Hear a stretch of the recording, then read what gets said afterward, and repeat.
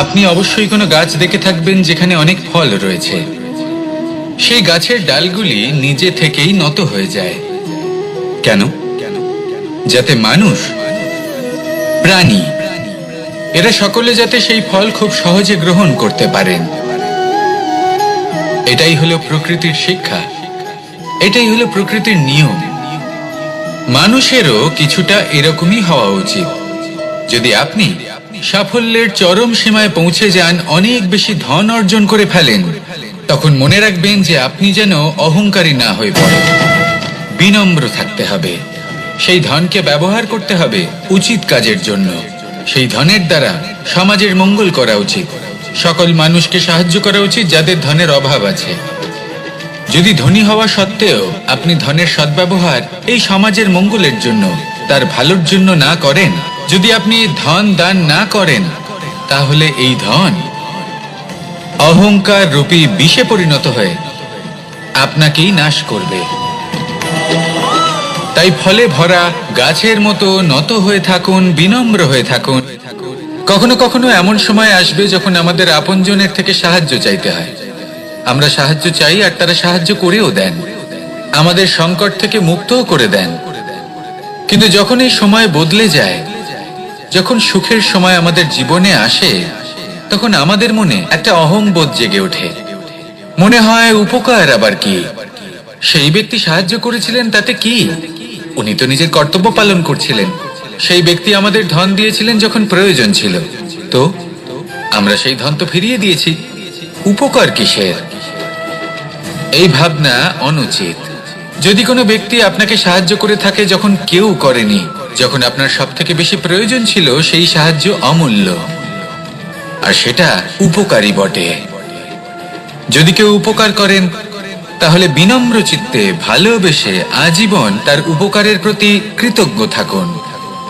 কারণ সত্যি কথা বলতে এই সংসারে উপকার করার মতো ব্যক্তি খুব কম রয়েছেন, আর উপকারের কথা মনে রাখেন এমন কৃতজ্ঞ ব্যক্তি আরো কম। সেই জন্য জীবনে কৃতজ্ঞ থাকুন আর আমার সাথে ভালোবেসে বলুন, রাধা রাধা। এবার ধরুন আমাকে দ্বারকা থেকে হস্তিনাপুর যেতে হবে, আর পথে আমি প্রত্যেকটা এমন স্থানে দাঁড়াচ্ছি যেখানে আমার মন আপ্লুত করার মতো কোনো দৃশ্য দেখতে পাচ্ছি, বা কোনো ব্যক্তিকে দেখতে পাচ্ছি, বা কোনো প্রসঙ্গ দেখতে পাচ্ছি, বা কোনো নাটক দেখতে পাচ্ছি। তাহলে কি আমি কখনো হস্তিনাপুরে উচিত সময়ে পৌঁছতে পারবো? কখনোই নয়। মানুষকেও ঠিক এই কথাটাই মাথায় রাখতে হবে। মানুষ মনের মধ্যে একটা লক্ষ্য স্থির করেন, সেই পথে অগ্রসর হয়ে পড়েন। এবার সেই পথে এগোতে এগোতে অনেক মানুষজন, অনেক ঘটনা, অনেক সমস্যা চলে আসে, যার ফলে তার মন বিচলিত হয়ে পড়ে। যদি মন বিচলিত হয়ে যায়, তাহলে লক্ষ্যের প্রতি কিভাবে একাগ্রচিত্ত হবেন? সেই জন্য অত্যন্ত আবশ্যক যে আপনি সময়ের সদ্ব্যবহার করুন সেই পথে চলার জন্য। সেই পথে সামনে এগোতে থাকুন, চোখ থাকবে শুধু লক্ষ্যের দিকে। যখনই আপনি বুঝবেন যে আপনি লক্ষ্যভ্রষ্ট হচ্ছেন, আবার সেই পথে নিজেকে টেনে আনুন। ঠিক এইভাবেই এগোতে থাকুন, সাফল্যের শিখরে গিয়ে পৌঁছন, আর সেখানে গিয়ে আনন্দের সাথে উচ্চ স্বরে বলুন, রাধা রাধা। এগুলো হলো নিম পাতা। যদি এগুলো চেখে দেখেন, তাহলে মুখ বিকৃত হবে। এগুলো কি তেতো খেতে, হে নারায়ণ! এর থেকে বেশি তিক্ত সংসারে আর কিছুই হতে পারে না। হয়তো আপনি এগুলো ফেলেও দেবেন, কিন্তু যদি এই স্বাদের ঊর্ধ্বে উঠে এই নিমের বিষয়ে আপনারা জানতে চেষ্টা করেন, তাহলে আপনি জানতে পারবেন যে এই নিম কতটা বেশি গুরুত্বপূর্ণ, কত গুরুত্বপূর্ণ ওষুধ, আর আমাদের শরীরের জন্য কতটা বেশি লাভজনক। এই নিম, এর মধ্যে অনেক রোগের উপশম নিহিত রয়েছে। এবার জীবনে আমরা বিভিন্ন মানুষের সাথে পরিচিত হই, নেত্র দ্বারা তাদের দেখি, কিন্তু তাদের আমরা খুব একটা পছন্দ করি না। সেক্ষেত্রে আমাদের কি করা উচিত? অন্তর মন দিয়ে তাদের দেখা উচিত। ওনাদের রূপ রং নয়, ওনাদের ব্যবহার, ওনাদের গুণাবলী দেখা উচিত।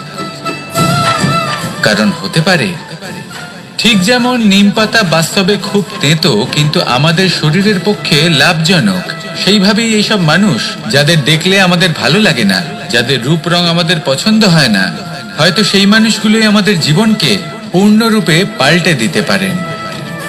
হতে পারে তাদের মধ্যে এমন ক্ষমতা রয়েছে, আমাদের সুখ, শান্তি, প্রেরণা প্রদান করতে পারেন, আমাদের দুঃখ হরণ করতে পারেন, আমাদের পথ দেখাতে পারেন। সেই জন্য যখনই কোনো ব্যক্তিকে দেখবেন, চর্মচক্ষু নয় অন্তর্মন দিয়ে দেখবেন, রূপ রং নয় গুণাবলী দেখবেন, মানুষকে আরো ভালোভাবে বুঝতে পারবেন। আর এই মন প্রসন্ন হয়ে বলবে, রাধা। আমি দ্বারকাধীশ এবং আমার সভাতে বিভিন্ন সময় বিভিন্ন ধরনের মানুষ আসেন, নিজেদের দাবি নিয়ে, নিজেদের ইচ্ছে নিয়ে।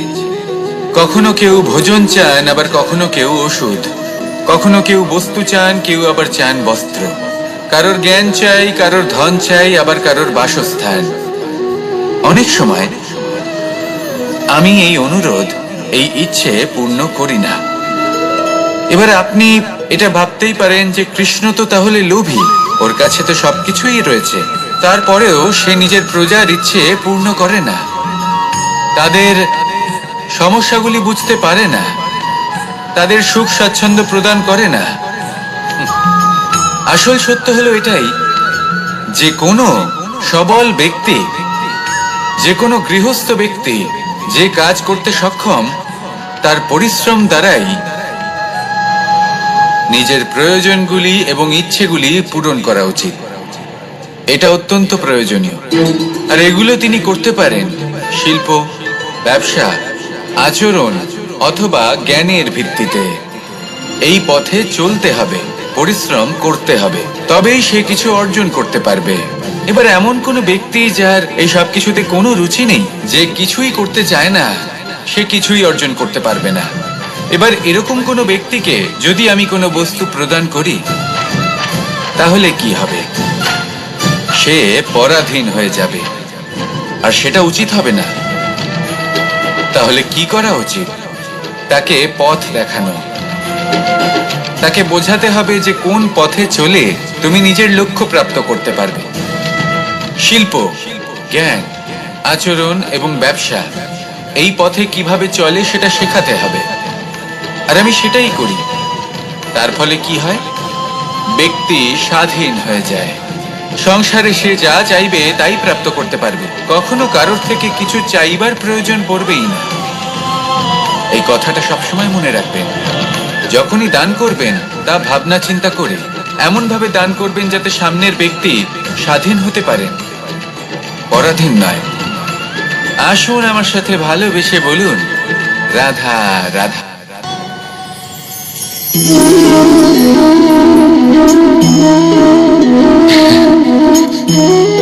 ঘুমের মধ্যে আমরা বিভিন্ন ধরনের স্বপ্ন দেখি, কিছু সুখের, কিছু দুঃখের, কিছু অত্যন্ত ভয়ানক। কিন্তু সত্যি কথা বলতে এর উপর আমাদের কোনো নিয়ন্ত্রণ নেই। কিন্তু আমি এমনও কিছু ব্যক্তিকে দেখেছি যারা খোলা চোখে স্বপ্ন দেখেন এবং তা যাপন করেন। নিজেদের একটা আলাদা স্বপ্নের নগরী আছে ওনাদের, সেখানেই জীবন যাপন করেন। আসল বাস্তবটা কি তাতে ওনাদের কিছুই যায় আসে না। এমন কিছু মানুষ আছেন যাদের কাছে বিন্দুমাত্র জ্ঞান নেই। সে না হয় ঠিক আছে, কিন্তু জ্ঞান এমন ভাবে প্রদান করবেন যে মনে হবে সংসারের সমস্ত জ্ঞান তাদের কাছেই রয়েছে। এমন কিছু মানুষ আছেন যারা ভালোবাসতে জানেন না, আর তাও আমি মেনে নিলাম। কিন্তু কথা এমন ভাবে বলবেন তাতে মনে হবে যেন প্রেমের বিষয়ে সবকিছু শুধুমাত্র ইনিই জানেন। এবার আমি এমন কথা অবশ্যই বলছি না যে আপনি এরকম করেন, কিন্তু যদি কোনো ব্যক্তি এরকম করেন, তাহলে তার এটা মাথায় রাখা উচিত যে সেই ব্যক্তি অন্য কারোর সাথে নয়, নিজের সাথে অনুচিত করছেন। কারণ এমন কাজ করে উনি নিজের দোষ, নিজের অপগুণ সংসারের কাছে নয়, নিজের কাছে লুকোচ্ছেন। আপনি যদি নিজেকে বুঝতে না পারেন, সম্পূর্ণরূপে নিজেকে আকলন না করেন, নিজের অপগুণ, নিজের দোষ পূর্ণরূপে না বুঝতে পারেন, তাহলে এটা কি করে বুঝবেন যে নিজেকে কিভাবে শুধরে নিতে হবে?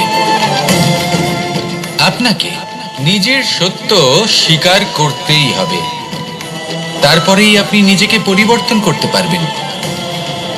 তাহলে স্বপ্নে নয়, বাস্তবে বাঁচুন। বিগত দিনের কিছু কথা মনে পড়ে গেল। এক অদ্ভুত ঘটনা যা অমূল্য শিক্ষা দিয়ে যেতে পারে। বিষয় হলো যক্ষের সাথে যুধিষ্ঠিরের কথোপকথন। একবার যক্ষ যুধিষ্ঠিরকে জিজ্ঞেস করলেন, ওনাকে বললেন যে আমার কিছু প্রশ্নের উত্তর যদি আপনি দিতে পারেন তাহলে আমি আপনার বাকি ভ্রাতাগণকে আবার জীবিত করে তুলব। সেগুলোর মধ্যে খুব গুরুত্বপূর্ণ আর কঠিন একটা প্রশ্ন ছিল, এই সংসারের সব থেকে শ্রেষ্ঠ আশ্চর্য কোনটি? এই প্রশ্ন আমি আপনাকে জিজ্ঞেস করছি। এবার কেউ বলবেন স্বর্ণ দ্বারা নির্মিত লঙ্কা, এটি হলো সংসারের সব থেকে বড় আশ্চর্য। কেউ বলবেন বরফে ঢাকা সেই পর্বত যা আকাশ স্পর্শ করে। কেউ বলবেন সেই সমুদ্র যার গভীরতা মাপা অসম্ভব ব্যাপার। কেউ বলবেন সেই বায়ু যা আমরা দেখতে পাই না কিন্তু তা আমাদের জীবন দান করে। সংসারের সব থেকে বড় আশ্চর্য কি, সেই প্রশ্নের উত্তর যুধিষ্ঠির দিয়েছিলেন, আর তা ছিল শ্রেষ্ঠ উত্তর এবং উচিত। উনি বলেছিলেন যে সংসারে প্রতিদিন কোনো ব্যক্তি জন্ম লাভ করেন আর কোনো ব্যক্তি মৃত্যুও লাভ করেন। এবার এই কথাটা সবাই জানেন, সবাই বোঝেন যে যখন জন্মেছি তখন কোনো একদিন আমিও অবশ্যই মৃত্যু লাভ করব। এবার যখন এই কথা প্রত্যেকটা মানুষ জানেন, তখন কেন প্রত্যেক মানুষ এই চিন্তায় থাকেন, এই নিয়ে কষ্ট পান, এই নিয়ে ব্যাকুল হয়ে থাকেন যে উনি একদিন মৃত্যু লাভ করবেন, তার থেকে দূরে পালাতে চেষ্টা করেন? বলেন যে আমি মৃত্যু লাভ করতে চাই না। কেন? যেখানে কোনো না কোনো দিন এটা অবশ্যই হবে। এ হলো ব্রহ্ম সত্য। এই যে ব্যাকুলতা, এই ভয়, এই যন্ত্রণা, এই চিন্তা তার মনকে বাঁচতেই দেয় না, এই জীবন অনুভবই করতে দেয় না। সেই জন্য এই চিন্তা, ব্যাকুলতা, ভয় এসবের কি লাভ? কোনো লাভ নেই। সেই জন্য যতক্ষণ জীবনযাপন করছেন প্রত্যেক মুহূর্ত যেন শ্রেষ্ঠ হয়, আনন্দময় হয়, প্রেমের দ্বারা পরিপূর্ণ হয়, সেই চেষ্টা করুন। চেষ্টা করুন যাতে আপনি যে কাজ করছেন তার দ্বারা যেন অন্যের মঙ্গল হয়। এই প্রচেষ্টাই আপনার জীবনকে প্রসন্নতা আর প্রেম দ্বারা ভরিয়ে তুলবে। এই মন সুপ্রসন্ন হয়ে বলবে রাধা রাধা। এবার যদি আপনাকে জিজ্ঞেস করা হয় যে সব থেকে বেশি শক্তির অনুভব কোথা থেকে করা সম্ভব, তখন কেউ কেউ বলবেন পুষ্টিকর আহার গ্রহণ করলে, ব্যায়াম করলে। কেউ বলবেন ধন লাভ করলে, বন্ধুদের থেকে, পরিবারের থেকে, আদি ইত্যাদি। এইভাবে আপনি শক্তির অনুভব অবশ্যই করতে পারেন, কিন্তু সব থেকে বেশি শক্তির অনুভব যদি আপনি করতে চান তাহলে তা পাবেন শুধু একতার দ্বারা, সংগঠনের দ্বারা। যদি আপনাকে উদাহরণ দিই, নিজের এই হাতটাকে দেখুন, 5টা আঙুল রয়েছে। কোনো একটা বস্তুকে নিজের একটা আঙুল দ্বারা তুলে ধরার চেষ্টা করে দেখুন, বড়ই কষ্ট হবে। তখন আপনি বুঝতে পারবেন যখন এই 5টি আঙুল একত্রিত হয় তখন কোনো কাজ কতটা সহজ হতে পারে। এটাই হলো শক্তি, একতার। সব থেকে ভালো উদাহরণ যদি আপনাকে দিই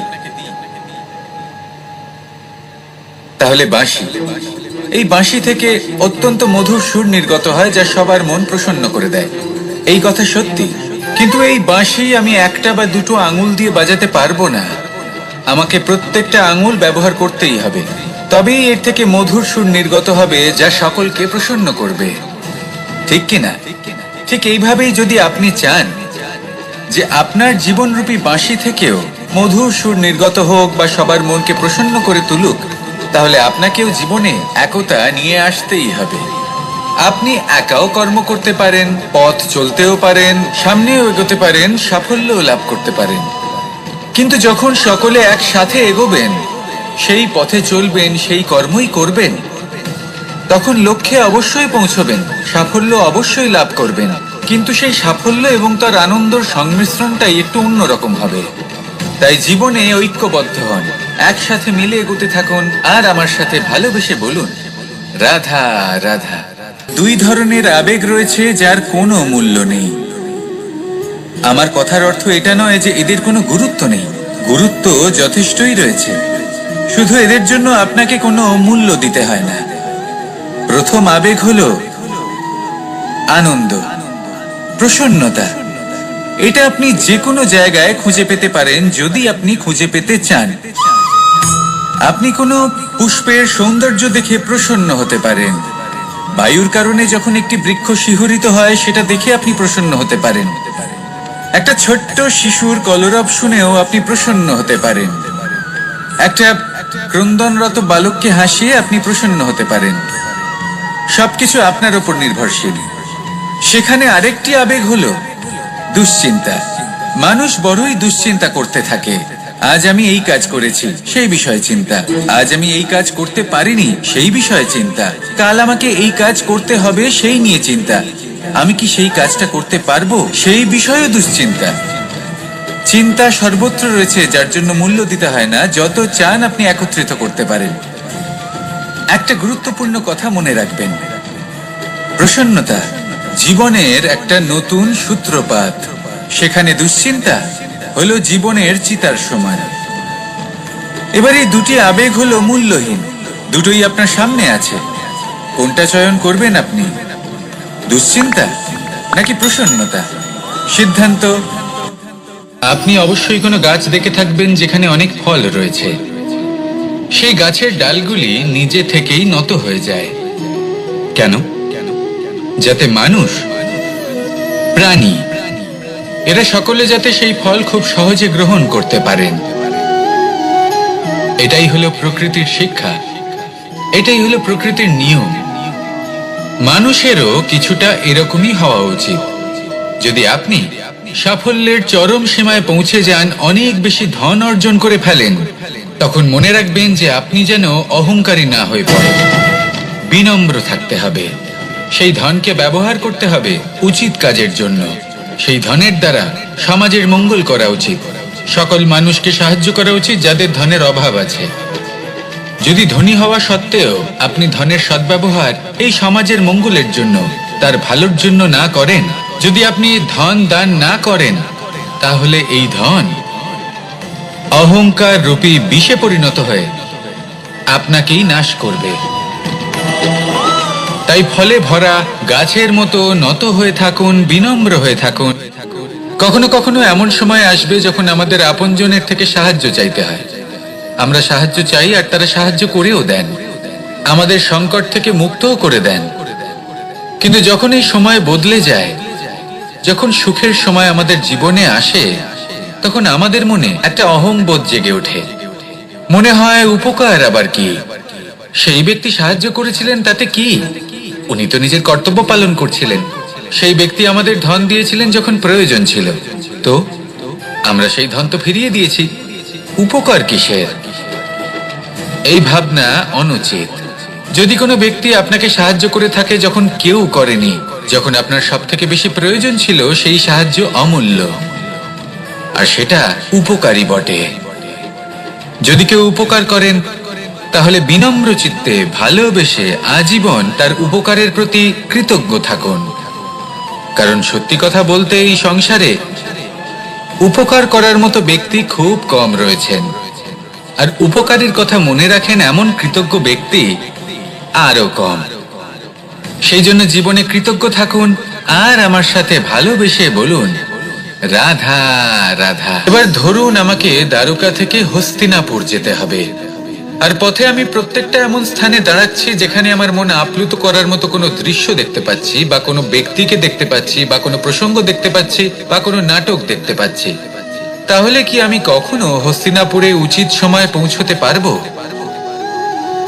কখনোই নয়। মানুষকেও ঠিক এই কথাটাই মাথায় রাখতে হবে। মানুষ মনের মধ্যে একটা লক্ষ্য স্থির করেন, সেই পথে অগ্রসর হয়ে পড়েন। এবার সেই পথে এগোতে এগোতে অনেক মানুষজন, অনেক ঘটনা, অনেক সমস্যা চলে আসে, যার ফলে তার মন বিচলিত হয়ে পড়ে। যদি মন বিচলিত হয়ে যায়, তাহলে লক্ষ্যের প্রতি কিভাবে একাগ্রচিত্ত হবেন? সেই জন্য অত্যন্ত আবশ্যক যে আপনি সময়ের সদ্ব্যবহার করুন সেই পথে চলার জন্য। সেই পথে সামনে এগোতে থাকুন, চোখ থাকবে শুধু লক্ষ্যের দিকে। যখনই আপনি বুঝবেন যে আপনি লক্ষ্যভ্রষ্ট হচ্ছেন, আবার সেই পথে নিজেকে টেনে আনুন। ঠিক এইভাবেই এগোতে থাকুন, সাফল্যের শিখরে গিয়ে পৌঁছুন, আর সেখানে গিয়ে আনন্দের সাথে উচ্চ স্বরে বলুন, রাধা রাধা। এগুলো হলো নিম পাতা। যদি এগুলো চেখে দেখেন তাহলে মুখ বিকৃত হবে। এগুলো কি তেতো খেতে, হে নারায়ণ! এর থেকে বেশি তিক্ত সংসারে আর কিছুই হতে পারে না। হয়তো আপনি এগুলো ফেলেও দেবেন, কিন্তু যদি এই স্বাদের ঊর্ধ্বে উঠে এই নিমের বিষয়ে আপনারা জানতে চেষ্টা করেন, তাহলে আপনি জানতে পারবেন যে এই নিম কতটা বেশি গুরুত্বপূর্ণ, কত গুরুত্বপূর্ণ ওষুধ, আর আমাদের শরীরের জন্য কতটা বেশি লাভজনক। এই নিম এর মধ্যে অনেক রোগের উপশম নিহিত রয়েছে। এবার জীবনে আমরা বিভিন্ন মানুষের সাথে পরিচিত হই, নেত্র দ্বারা তাদের দেখি, কিন্তু তাদের আমরা খুব একটা পছন্দ করি না। সেক্ষেত্রে আমাদের কি করা উচিত? অন্তর মন দিয়ে তাদের দেখা উচিত। ওনাদের রূপ রং নয়, ওনাদের ব্যবহার, ওনাদের গুণাবলী দেখা উচিত। কারণ হতে পারে ঠিক যেমন নিম পাতা বাস্তবে খুব তেতো কিন্তু আমাদের শরীরের পক্ষে লাভজনক, সেইভাবেই এইসব মানুষ যাদের দেখলে আমাদের ভালো লাগে না, যাদের রূপ রং আমাদের পছন্দ হয় না, হয়তো সেই মানুষগুলোই আমাদের জীবনকে পূর্ণরূপে পাল্টে দিতে পারেন। হতে পারে তাদের মধ্যে এমন ক্ষমতা রয়েছে, আমাদের সুখ, শান্তি, প্রেরণা প্রদান করতে পারেন, আমাদের দুঃখ হরণ করতে পারেন, আমাদের পথ দেখাতে পারেন। সেই জন্য যখনই কোনো ব্যক্তিকে দেখবেন, চর্মচক্ষু নয় অন্তর্মন দিয়ে দেখবেন, রূপ রং নয় গুণাবলী দেখবেন, মানুষকে আরো ভালোভাবে বুঝতে পারবেন, আর এই মন প্রসন্ন হয়ে বলবে রাধা। আমি দ্বারকাধীশ এবং আমার সভাতে বিভিন্ন সময় বিভিন্ন ধরনের মানুষ আসেন, নিজেদের দাবি নিয়ে, নিজেদের ইচ্ছে নিয়ে। কখনো কেউ ভোজন চান, আবার কখনো কেউ ওষুধ, কখনো কেউ বস্তু চান, কেউ আবার চান বস্ত্র, কারোর জ্ঞান চাই, কারোর ধন চাই, আবার কারোর বাসস্থান। অনেক সময় আমি এই অনুরোধ, এই ইচ্ছে পূর্ণ করি না। এবার আপনি এটা ভাবতেই পারেন যে কৃষ্ণ তো তাহলে লোভী, ওর কাছে তো সবকিছুই রয়েছে, তারপরেও সে নিজের প্রজার ইচ্ছে পূর্ণ করে না, তাদের সমস্যাগুলি বুঝতে পারে না, তাদের সুখ স্বাচ্ছন্দ্য প্রদান করে না। আসল সত্য হলো এটাই যে কোনো সবল ব্যক্তি, যে কোনো গৃহস্থ ব্যক্তি যে কাজ করতে সক্ষম, তার পরিশ্রম দ্বারাই নিজের প্রয়োজনগুলি এবং ইচ্ছেগুলি পূরণ করা উচিত। এটা অত্যন্ত প্রয়োজনীয়, আর এগুলো তিনি করতে পারেন শিল্প, ব্যবসা, আচরণ অথবা জ্ঞানের ভিত্তিতে। এই পথে চলতে হবে, পরিশ্রম করতে হবে, তবেই সে কিছু অর্জন করতে পারবে। এবার এমন কোনো ব্যক্তি যার এই সব কিছুতে কোনো রুচি নেই, যে কিছুই করতে চায় না, সে কিছুই অর্জন করতে পারবে না। এবার এরকম কোনো ব্যক্তিকে যদি আমি কোনো বস্তু প্রদান করি, তাহলে কি হবে? সে পরাধীন হয়ে যাবে, আর সেটা উচিত হবে না। তাহলে কি করা উচিত? তাকে পথ দেখানো, তাকে বোঝাতে হবে যে কোন পথে চলে তুমি নিজের লক্ষ্য প্রাপ্ত করতে পারবে। শিল্প, জ্ঞান, আচরণ এবং ব্যবসা, এই পথে কিভাবে চলে সেটা শেখাতে হবে, আর আমি সেটাই করি। তার ফলে কি হয়? ব্যক্তি স্বাধীন হয়ে যায়, সংসারে সে যা চাইবে তাই প্রাপ্ত করতে পারবে, কখনো কারোর থেকে কিছু চাইবার প্রয়োজন পড়বেই না। এই কথাটা সবসময় মনে রাখবেন। যখনই দান করবেন তা ভাবনা চিন্তা করে এমন ভাবে দান করবেন যাতে সামনের ব্যক্তি স্বাধীন হতে পারেন, পরাধীন নয়। আসুন আমার সাথে ভালোবেসে বলুন রাধা রাধা।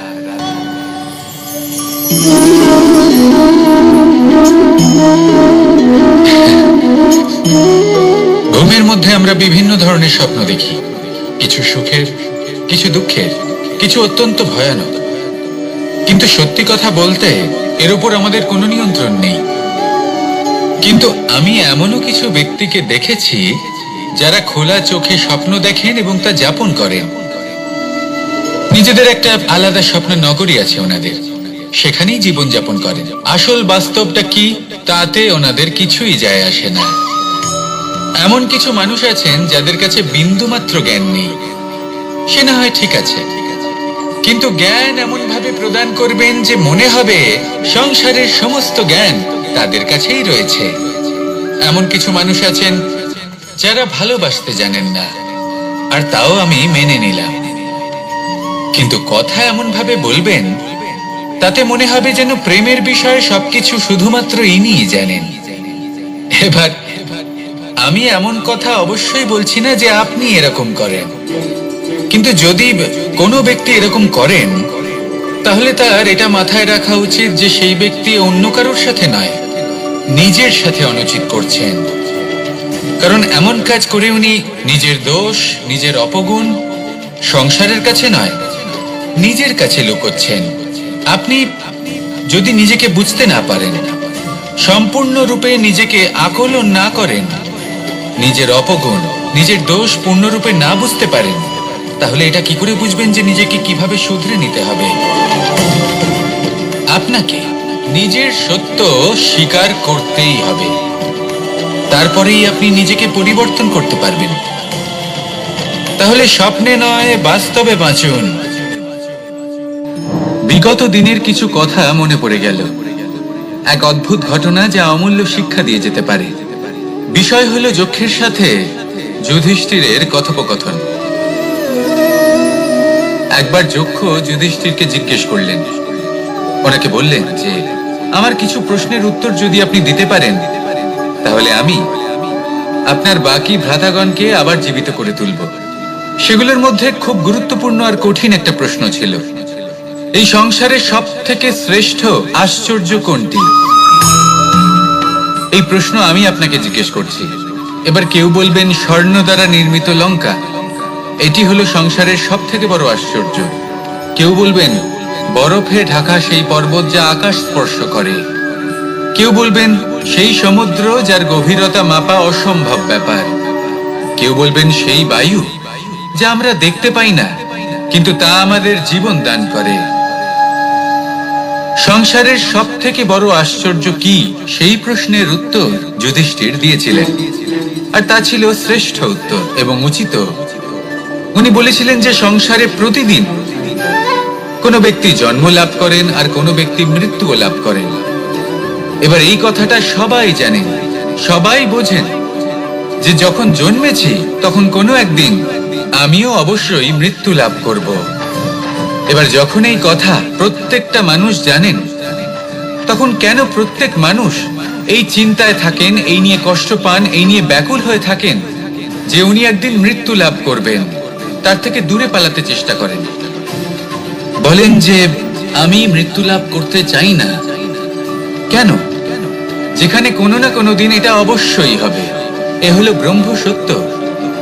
এই যে ব্যাকুলতা, এই ভয়, এই যন্ত্রণা, এই চিন্তা তার মনকে বাঁচতেই দেয় না, এই জীবন অনুভবই করতে দেয় না। সেই জন্য এই চিন্তা, ব্যাকুলতা, ভয় এসবের কি লাভ? কোনো লাভ নেই। সেই জন্য যতক্ষণ জীবনযাপন করছেন প্রত্যেক মুহূর্ত যেন শ্রেষ্ঠ হয়, আনন্দময় হয়, প্রেমের দ্বারা পরিপূর্ণ হয়, সেই চেষ্টা করুন।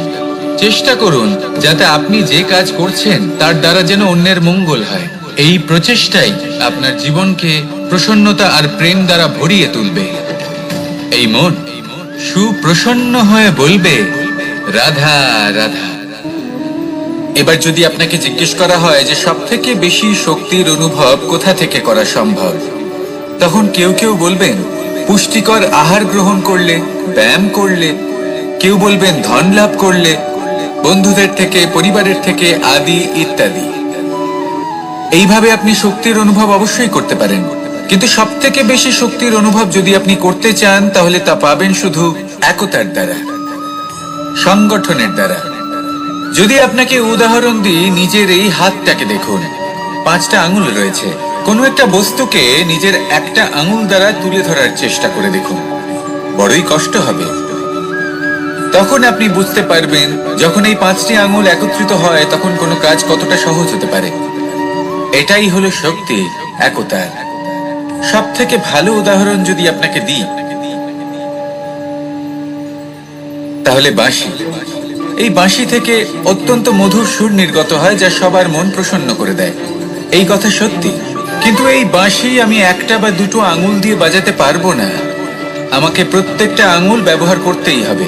তবেই এর থেকে মধুর সুর নির্গত হবে যা সকলকে প্রসন্ন করবে, ঠিক কিনা?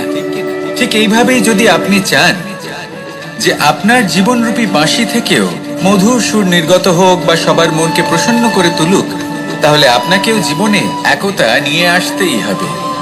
আপনি একাও কর্ম করতে পারেন, পথ চলতেও পারেন, সামনেও এগোতে পারেন, সাফল্যও লাভ করতে পারেন। কিন্তু যখন সকলে একসাথে এগোবেন, সেই পথে চলবেন, সেই কর্মই করবেন, তখন লক্ষ্যে অবশ্যই পৌঁছবেন, সাফল্য অবশ্যই লাভ করবেন।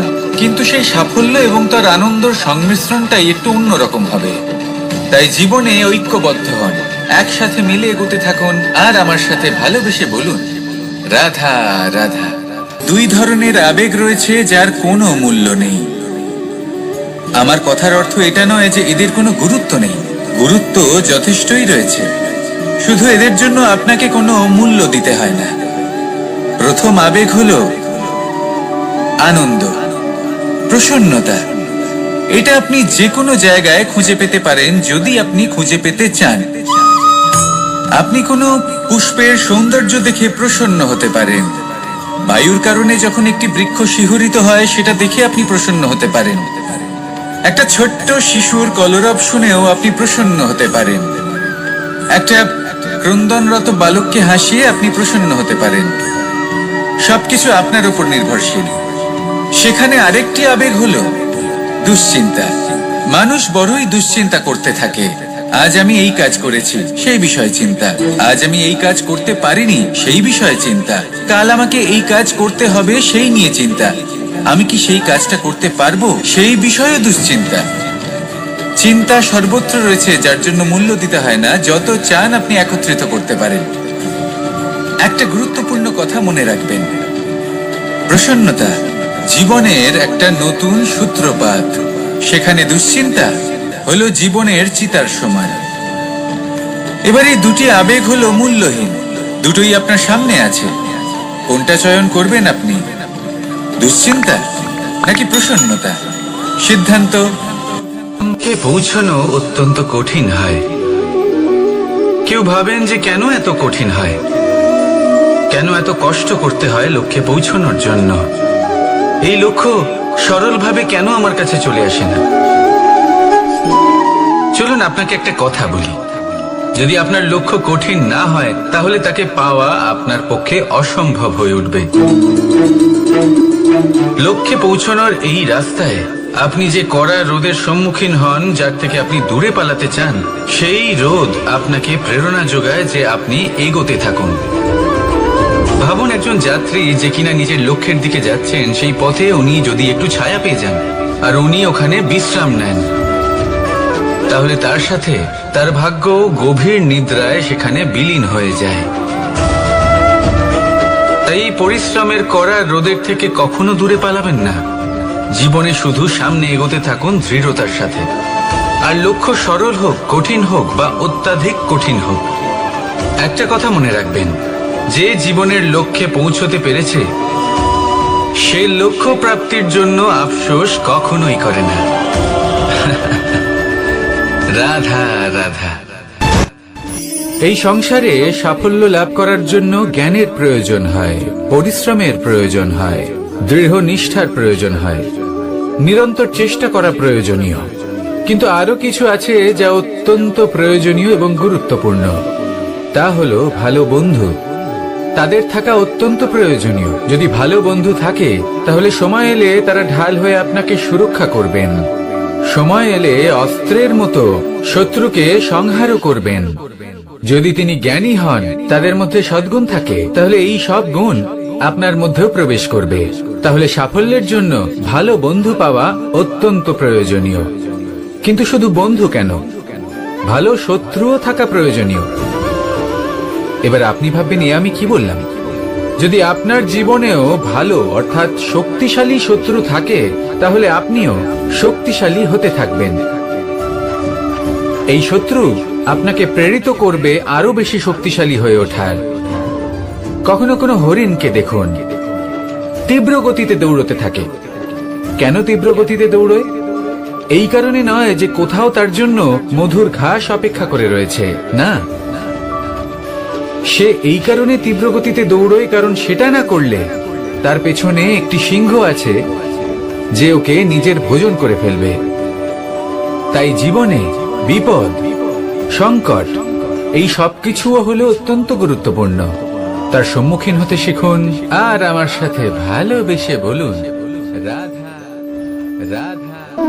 ধৈর্য, এই ধৈর্য কি কোনো গুণ, কোনো অনুভূতি, কোনো দৃষ্টিভঙ্গি? আমার জন্য ধৈর্য এক বাহন। আপনি হয়তো ভাবছেন এ কেমন বাহন? বাহন তো ঘোড়া হতে পারে, হাতি হতে পারে, উটও হতে পারে, কিন্তু ধৈর্যকে বাহন বানানো মানে? চলুন আপনাকে একটা কথা বোঝাই। পৃথিবীতে এমন কোনো বাহন নেই যে তার আরোহীকে আছড়ে ফেলেনি। সেটা উট হোক বা হাতি হোক বা ঘোড়া হোক, চলতে চলতে কখনো নড়বড় করেই বসে। তারপর সেই আরোহী পড়ে কারোর পায়, তারপর পড়ে তার নিজের নজরে। কিন্তু ধৈর্যরূপী বাহন কখনো কাউকে ফেলে না, কখনো না। না সেই আরোহী কারোর পায়ে পড়ে আর না তো নিজের নজরে।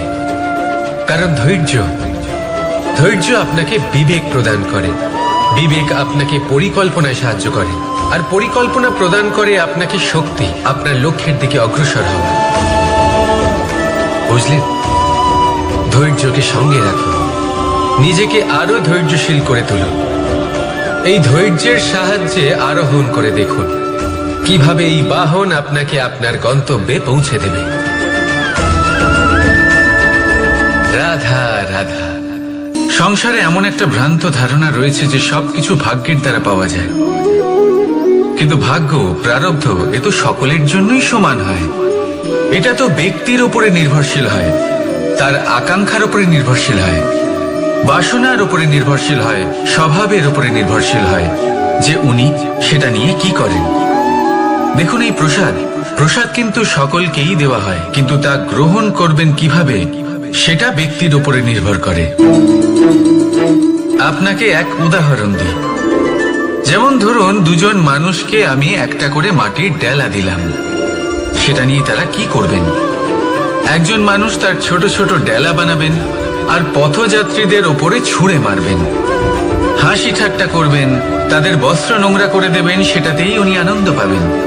অন্যদিকে দ্বিতীয় ব্যক্তি সেই মাটির ডেলা দিয়েই নিজের জন্য একটা কুঁড়ে ঘর বানাবেন। সেই কুঁড়ে ঘর যা রোদেতে, বৃষ্টিতে, ঝড়ে তাকে সুরক্ষিত রাখবে। অনুভূতি, এই অনুভূতি বদলাতে শিখুন। এই অনুভূতি অত্যন্ত গুরুত্বপূর্ণ। ভালোবাসাতেও এই অনুভূতি হলো অত্যন্ত গুরুত্বপূর্ণ। ভালোবাসা সে বন্ধুর সাথে হোক, মা বাবার সাথে হোক, ভাই বোনের সাথে হোক, স্ত্রীর সাথে হোক, যে কারোর সাথে হোক। মনে রাখবেন, এই হলো সেই অনুভূতি যা আপনার ভাগ্য নির্ধারণ করে থাকে। তাহলে আসুন আমার সাথে প্রেমের অনুভূতি নিয়ে বলুন, রাধা রাধা।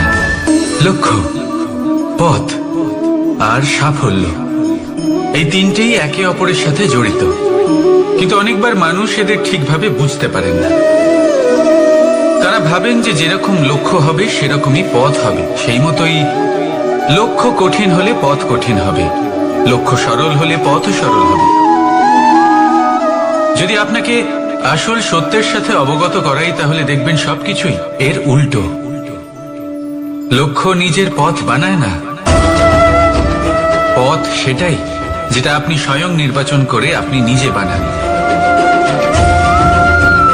সেই অনুসারেই আপনি আপনার লক্ষ্যে পৌঁছতে পারবেন। সেই জন্য জীবনে যখনই লক্ষ্যে পৌঁছানোর পথের বিষয়ে আপনি কোনো সিদ্ধান্ত নেবেন, তাহলে তা ভেবে চিন্তে নেবেন, কারণ এই পথ অত্যন্ত গুরুত্বপূর্ণ।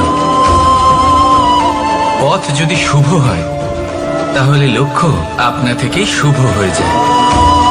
তাহলে আসুন আমার সাথে ভালোবেসে বলুন, রাধা রাধা। ভাগ্য আর কর্ম, এই দুই এমন শব্দ যাকে ঘিরে সমগ্র সংসার। কেউ বলে আমার ভাগ্যে এটা ছিল না, যা পেলে আমার জীবন অন্যরকম হতো। কেউ বলে আমার গত জন্মের কর্ম নিশ্চয়ই এমন ছিল, যে কারণে এই জন্মে এরকম ভাগ্য পেয়েছি আমি। এই সব বাদ দিন আর একবার শান্ত চিত্তে ভাবুন। আপনি বুঝতে পারবেন যে ভাগ্য আর কর্ম এই দুই এই জন্মে তফাৎ শুধুমাত্র এটাই যে যদি ভাগ্যের কথা বলা হয় তাহলে আপনি এই ভাগ্যের থেকে যত বেশি আশা করবেন তত বেশি নিরাশ হবেন আপনি। কারণ এই আশা আপনাকে কর্ম করা থেকে আটকায়। যদি কথা বলা হয় কর্মের, তাহলে নিজের কর্মের প্রতি যত বিশ্বাস রাখবেন তত বেশি সফলতা আপনার কাছে আসবে। তাই একটা কথা মনে রাখবেন, ভাগ্য আপনার কর্ম নির্ধারণ করে না, কিন্তু আপনার কর্ম আপনার ভাগ্যকে অবশ্যই নির্ধারণ করে। রাধা রাধা।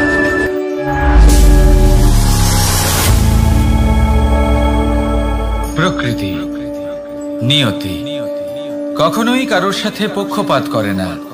প্রত্যেককে জীবনদান দেয়, সমান সুযোগ প্রদান করে। এটা সেই ব্যক্তির উপরে নির্ভর করে যে সে কিভাবে তার থেকে লাভবান হয়ে উঠবে। তার নির্বাচনের উপর নির্ভর করে, তার দৃষ্টিভঙ্গির উপর নির্ভর করে যে সে কতটা ধনাত্মক বা কতটা নেতিবাচক। দুই ধরনের মানুষ হন। এমন কিছু মানুষ হন যারা প্রত্যেক পরিস্থিতি, প্রত্যেক সমস্যা এবং বিপদে সুযোগ খুঁজে বের করেন। আর কিছু এমন মানুষ রয়েছেন যারা যে কোনো সুযোগে কোথাও না কোথাও থেকে একটা সমস্যা খুঁজে বের করেন। এবার আপনি কি চান? আপনি সুযোগ চান, তাহলে সুযোগ পাবেন। আপনি সমস্যা পেতে চান, সমস্যা তো আপনি চাইলেই খুঁজে পাবেন। চয়ন আপনারই, যে আপনি কতটা ধনাত্মক থাকতে চান, কতটা নেতিবাচক থাকতে চান। ধনাত্মক থাকুন, জীবনে সব কিছু সম্ভব হবে। আসুন আর আমার সাথে ভালোবেসে বলুন রাধা রাধা। যখনই আমরা কথা বলি জলরাশির বিষয়ে, যখন আমরা তুলনা করি, তখন আমাদের খুব ভালো লাগে মিষ্টি সরোবর, পুকুর, নদী। আর আমরা অপেক্ষা করে থাকি সাগরের জন্য, সমুদ্রের জন্য। কেন করি? কারণ এই সাগর, এই সমুদ্র, এ হলো অত্যন্ত বিশাল আর ভয়ানক। এর জলও কিন্তু নোনতা, যা আমরা পান করতে পারি না। কখনো ভেবে দেখেছেন এই সমুদ্রের অন্তরে এই নোনতা জল, এই নোনতা ভাব, এটা আসে কোত্থেকে? এই যে সমুদ্র, যে প্রবাহমান নদীর থেকে যে খনিজ নির্গত হয়, তার ভান্ডার হলো এটা। সেই খনিজকে নিজের অন্তরে গ্রহণ করে, সেই নোনতা ভাব নিজের মধ্যে সমাহিত করে, আর তারপর সেই নোনতা জল বাষ্পে পরিণত হয়ে ওপরে উঠে যায়, যা মেঘ হয়ে আপনার ওপর মিষ্টি বৃষ্টি হয়ে ঝরে পড়ে। এ হলো সমুদ্রের ত্যাগ, যার জন্য আপনি মিষ্টি জল পান করতে পারছেন, সে নদী থেকেই হোক বা সরোবর থেকে। সেই জন্যই হয়তো সাগর হলো এত মহান, হয়তো সেই জন্যই রত্ন সাগরে পাওয়া যায়। তাই মনে রাখবেন, ক্ষমতা তারই হয় যে ত্যাগ করতে জানে, কোনো বিষকে নিজের মধ্যে ধারণ করে নিতে জানে। তাহলে আপনিও এটাই করুন, এতটাই শক্তিশালী হয়ে উঠুন আর আমার সাথে ভালোবেসে বলুন রাধা রাধা। রাজ্য, শাসন, সাম্রাজ্য, সংস্থাপনা, এগুলিকে সফল কখন বলা যেতে পারে? কোনো বুদ্ধিজীবী বলেন তখন যখন চারিদিকে শান্তি থাকে, কারোর মনে কোনো প্রশ্ন থাকবে না, শঙ্কা থাকবে না। কিন্তু আমার মনে হয় এটা অনুচিত। কোনো রাজ্যের পক্ষে বা কোনো শাসনকালে সবথেকে বড় সংকট তখন আসে যখন সবথেকে বেশি যোগ্য ব্যক্তি বা সবথেকে বেশি বিদ্বান ব্যক্তিও শুধু মুখদর্শক হয়ে বসে থাকেন। মনে প্রশ্ন আসতে থাকে কিন্তু জিজ্ঞেস করেন না, শঙ্কা উৎপন্ন হয় কিন্তু ব্যক্ত করতে পারেন না। এটা খুবই অনুচিত। এই যে প্রশ্ন, তা আসা খুব ভালো। এই প্রশ্ন অকারণে আসে না, কোনো সমস্যার কারণেই আসে। এই প্রশ্নের দ্বারা আপনি সেই সমস্যাগুলি দেখতে পাবেন যাতে আপনি এতদিন অনভিজ্ঞ ছিলেন। আর যত প্রশ্নের নিবারণ আপনি করবেন, ততই আপনার রাজ্য, আপনার শাসন আরো শ্রেষ্ঠ হয়ে উঠবে। এই প্রশ্ন, এই শঙ্কা, এগুলো আপনাকে সমাধানের চূড়াতে অবশ্যই নিয়ে যাবে। সেই জন্য না প্রশ্ন করা অনুচিত আর না শঙ্কা ব্যক্ত করা অনুচিত। আর না তিনি মূর্খ যিনি প্রশ্ন করেন, শঙ্কা ব্যক্ত করেন। তাই এনাদের কখনো দূরে করে দেবেন না, এনাদের নিজস্ব মতামত রাখতে দিন। যখন সবাই মিলে একমত হবেন তখন নিশ্চিত রূপে বলা যায় যে এই রাজ্য, এই শাসন, এই সংস্থাপনা সাফল্যের শিখরে রয়েছে। তাহলে আসুন আর আমার সাথে ভালোবেসে বলুন রাধা রাধা। কোনো কোনো প্রাণী, মানুষ অত্যন্ত চঞ্চল হয়, একদম জলের মতো। জলও অত্যন্ত চঞ্চল, অত্যন্ত উৎসুক। জল সবসময় উৎসুক হয়ে থাকে আকাশের কাছে যাবার জন্য। সেই জন্য সে নিজেকে জ্বালায়, বাষ্প হয় আর আকাশে পৌঁছে মেঘে সমাহিত হয়ে যায়। তারপর সেই জল উৎসাহিত হয়ে থাকে যে ও কবে বৃষ্টির ধারা হয়ে মাটিতে ঝরে পড়বে। প্রখর বায়ুর বেগ সহ্য করে। আপনি কি কখনো কোনো জলের ধারা দেখেছেন? তার সামনে যতই মাটি থাকুক না কেন, যতই কাদা থাকুক না কেন, যখন এই জলের ধারা বইতে আরম্ভ করে দেয় তখন এই কাদাকে নিজেই ধুয়ে নিয়ে যায়। ওই কাদাকে ধুয়ে দেয় এবং নিজের পথ নিজেই তৈরি করে নেয়। তাহলে আপনিও এরকম জলের মতো হয়ে উঠুন। যদি হয়ে উঠতে পারেন তাহলে নিজের মনে, নিজের ভাবনার, নিজের জীবনের যত অনাবশ্যক তত্ত্ব আছে, অনুপযোগী অংশ রয়েছে, অর্থাৎ অপরিষ্কার অংশ রয়েছে, তা নিজে থেকেই নির্মল হয়ে উঠবে। আর যেরকম জলের ধারা কখনো থেমে থাকে না, সব সময় বয়ে চলে, সেইভাবে আপনিও কখনোই থামবেন না। সবসময় বয়ে চলুন, এগোতে থাকুন।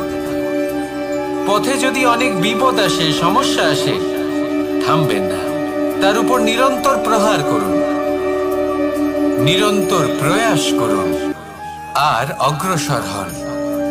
আপনি ভেবে দেখুন, এই জলের ধারা কখনো থেমে থাকে না, সবসময় বয়ে চলে, বিপদের সম্মুখীন হয়ে তাকে সাথে বয়ে নিয়ে চলে।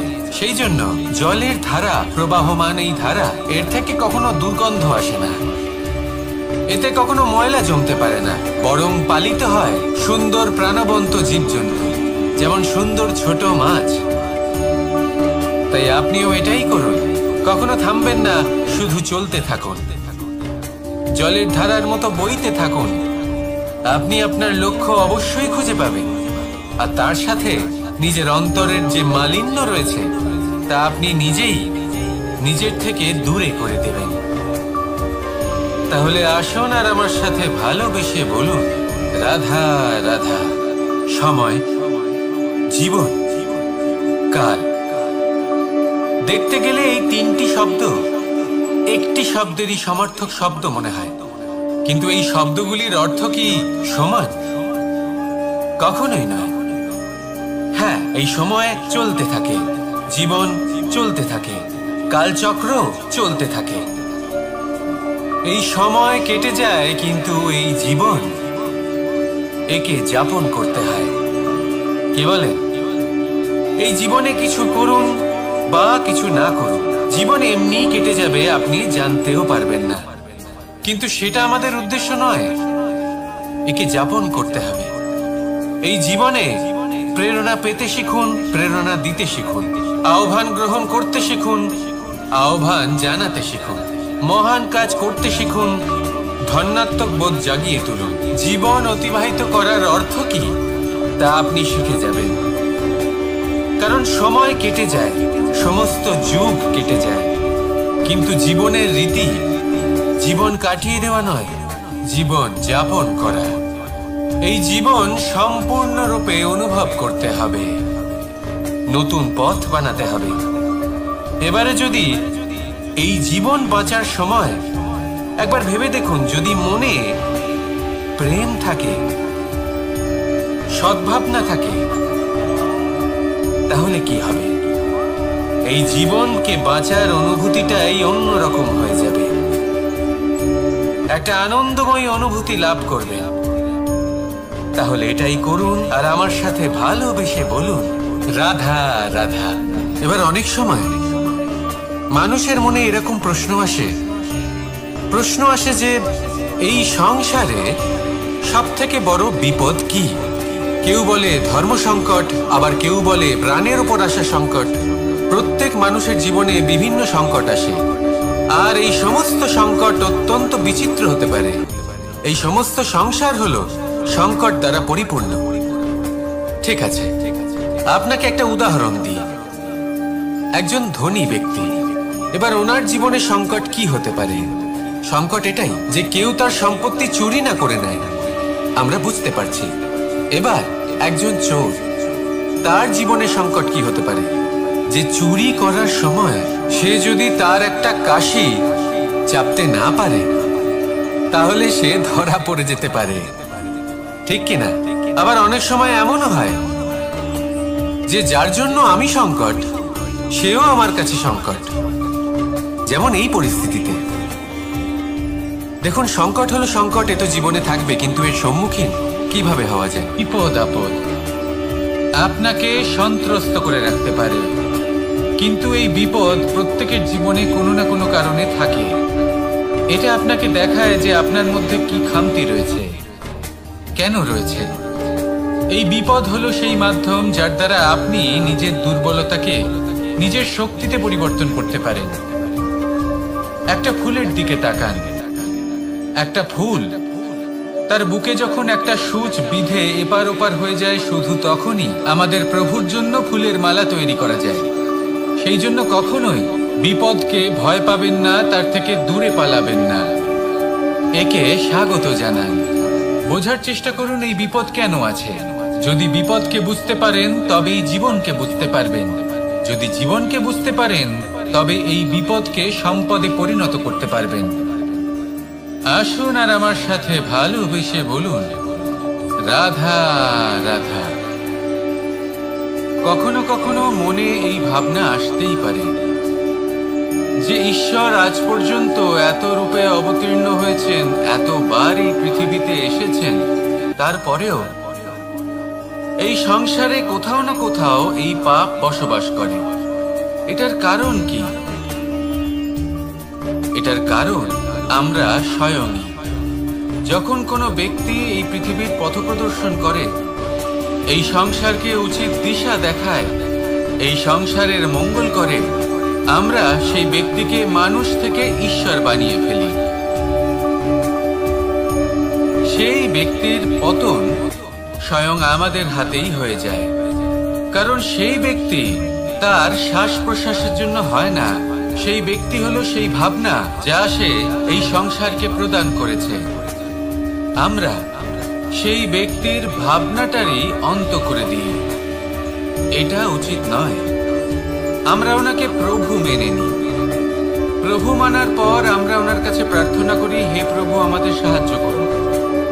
যদি উনি প্রভুও হন, তাও উনি পৃথিবীতে এসেছেন মনুষ্য রূপে। যা কর্ম করেছেন, যা শক্তি প্রাপ্ত করেছেন, এই দেহ থেকেই প্রাপ্ত করেছেন। আপনাদের এটা বোঝানোর জন্য যে এই কাজ আপনিও করতে পারেন। যারা সৎ আত্মা থাকেন, তাদের জন্য সর্বশ্রেষ্ঠ শ্রদ্ধাঞ্জলি হলো এটাই যে আপনি তাদের পদচিহ্ন অনুসরণ করে চলুন। না ওনাদের স্মরণে থাকুন, না পুষ্পের মালা ওনাদের চরণে রাখুন, বরং তাদের ভাবনাকে অনুসরণ করে সেই ভাবনা নিয়ে এগিয়ে চলুন। এটা না শুধু আপনার জন্য, বরং সমগ্র সংসারের জন্য লাভদায়ক। তাহলে এটাই করুন আর আমার সাথে ভালোবেসে বলুন, রাধা রাধা। যখন কঠোর রোদে আমাদের শরীর উত্তপ্ত হয়ে যায়, আমরা গরম অনুভব করি, তখনই যদি বর্ষা হয় আর বৃষ্টির জলের ফোঁটা আমাদের শরীরে এসে পড়ে, তখন কেমন অনুভূতি হয়?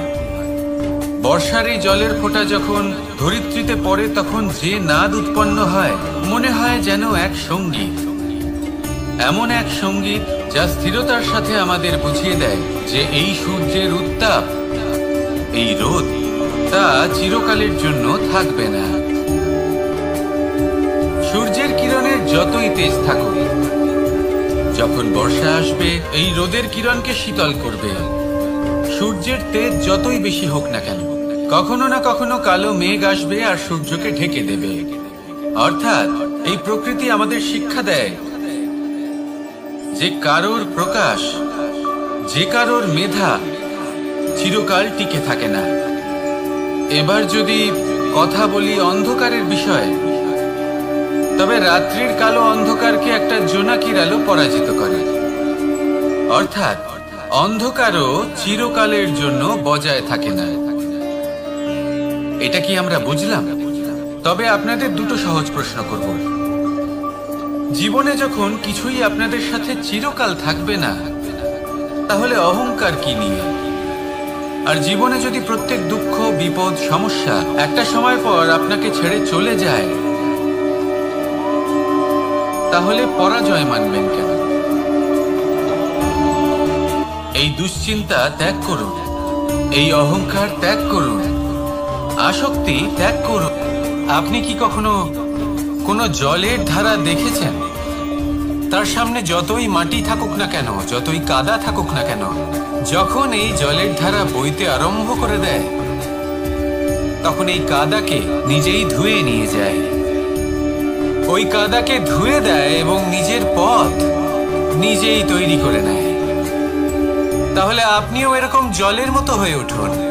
যদি হয়ে উঠতে পারেন, তাহলে নিজের মনে, নিজের ভাবনার, নিজের জীবনের যত অনাবশ্যক তত্ত্ব আছে, অনুপযোগী অংশ রয়েছে, অর্থাৎ অপরিষ্কার অংশ রয়েছে, তা নিজে থেকেই নির্মল হয়ে উঠবে। আর যেরকম জলের ধারা কখনো থেমে থাকে না, সব সময় বয়ে চলে, সেইভাবে আপনিও কখনোই থামবেন না। সবসময় বয়ে চলুন, এগোতে থাকুন। পথে যদি অনেক বিপদ আসে, সমস্যা আসে, থামবেন না। তার উপর নিরন্তর প্রহার করুন, নিরন্তর প্রয়াস করুন আর অগ্রসর হন। আপনি ভেবে দেখুন, এই জলের ধারা কখনো থেমে থাকে না, সবসময় বয়ে চলে। বিপদের সম্মুখীন হয়ে তাকে সাথে বয়ে নিয়ে চলে। সেই জন্য জলের ধারা, প্রবাহমান এই ধারা, এর থেকে কখনো দুর্গন্ধ আসে না, এতে কখনো ময়লা জমতে পারে না, বরং পালিত হয় সুন্দর প্রাণবন্ত জীবজন্তু, যেমন সুন্দর ছোট মাছ। তাই আপনিও এটাই করুন, কখনো থামবেন না, শুধু চলতে থাকুন, জলের ধারার মতো বইতে থাকুন। আপনি আপনার লক্ষ্য অবশ্যই খুঁজে পাবেন, আর তার সাথে নিজের অন্তরের যে মালিন্য রয়েছে, তা আপনি নিজেই নিজের থেকে দূরে করে দেবেন। তাহলে আসুন আর আমার সাথে ভালোবেসে বলুন, রাধা রাধা। সময়, জীবন, কাল।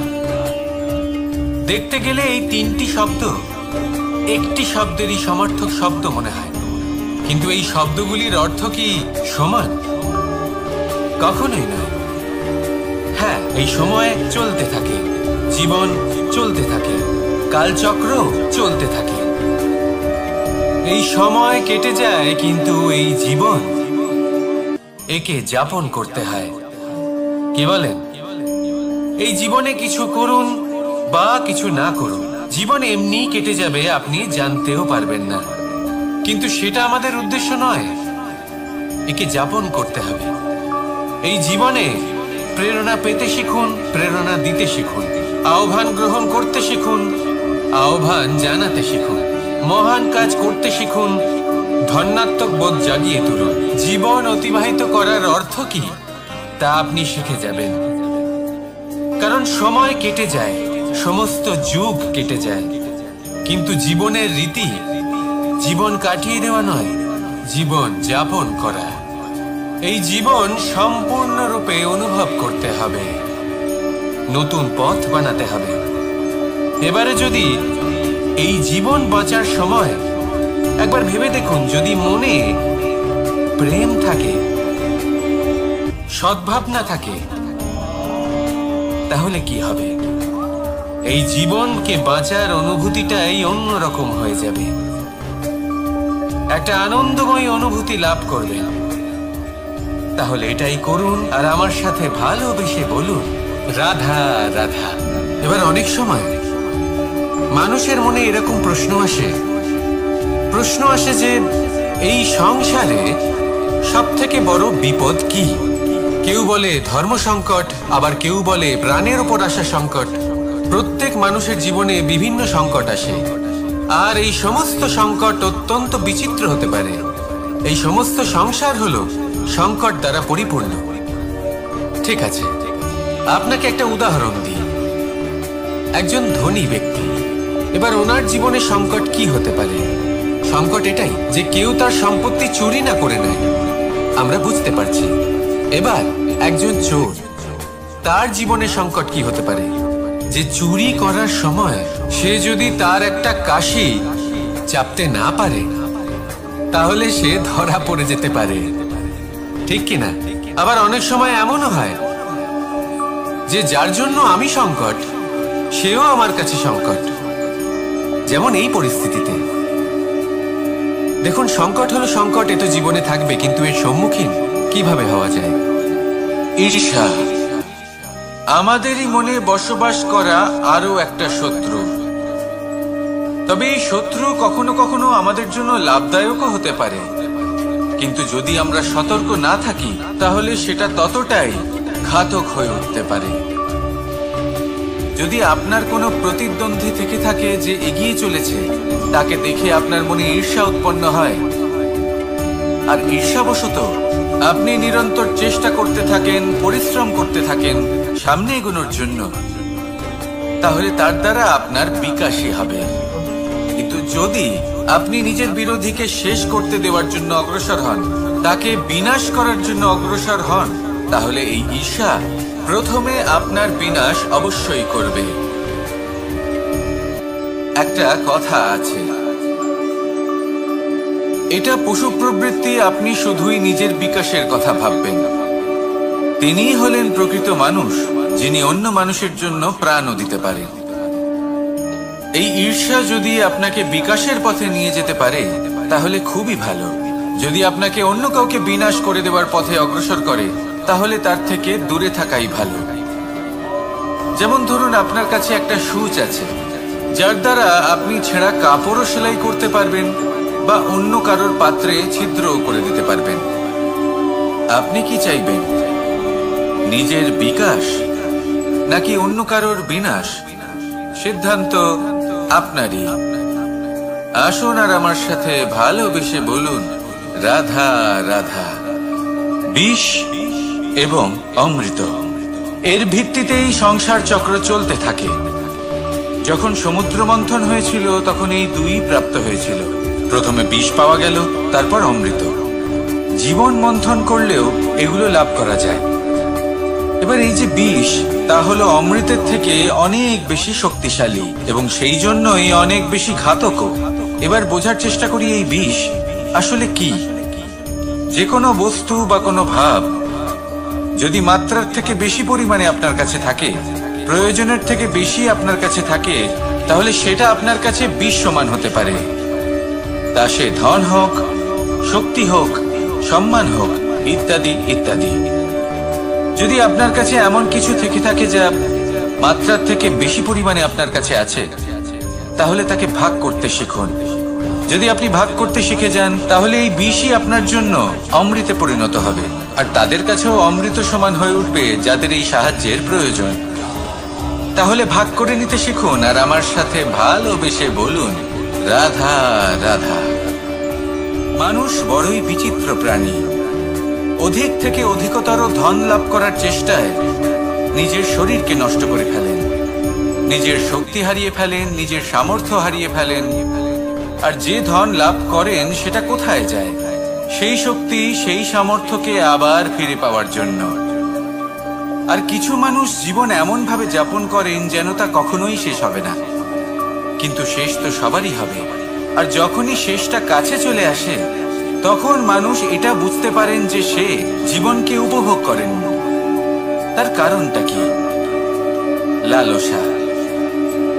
এই লালসা জন্ম দেয় লোভকে, আর এই লোভ জন্ম দেয় আপনারই বিনাশকে।